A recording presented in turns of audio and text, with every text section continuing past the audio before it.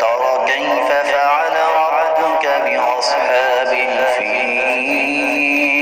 ألم يجعل كيدهم في تضليل وأرسل عليهم طيرا أبابيل ترميهم بحجارة من سجيل فجعلهم كعصف مأكول بسم الله الرحمن الرحيم لإيلاف قريش إيلافهم رحلة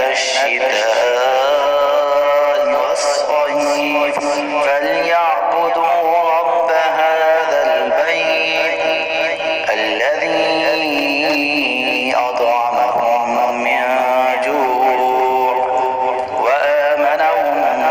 من خوف بسم الله الرحمن الرحيم أرأيت الذي يكذب بالدين فذلك الذي يدع اليتيم ولا يحض على طعام المسكين فويل للمصلين الذين هم عن صلاتهم ساهون الذين هم يراءون ويمنعون الماعون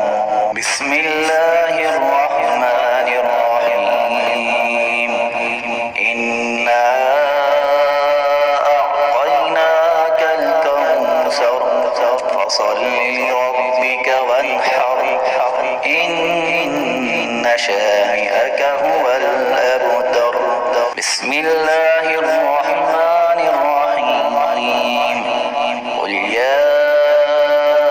أيها الكافرون لا أعبد ما تعبدون ولا أنتم عابدون ما أعبد ولا أنا عابد ما عبدتم ولا أنتم عابدون ما أعبد لكم دينكم ولي دين بسم الله الرحمن الرحيم إذا جاء نصر الله والفتح ورأيت الناس يدخلون في دين الله أفواجا فسبح بحمد ربك واستغفره إنه كان توابا بسم الله الرحمن الرحيم تبت يدا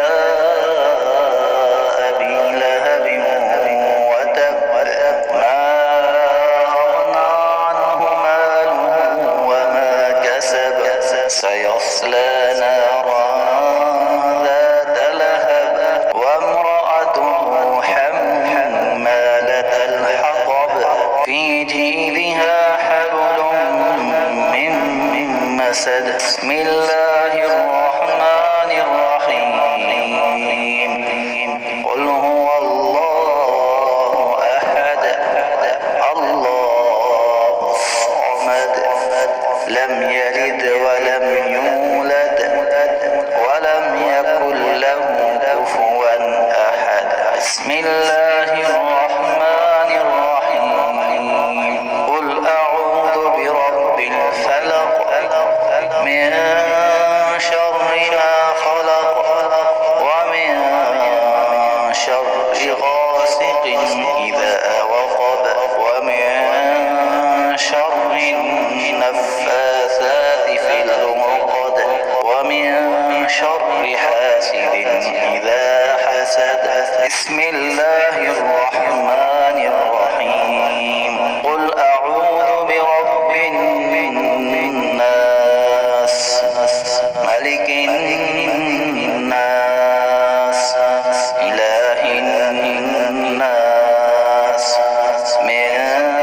شر الوسواس الخناس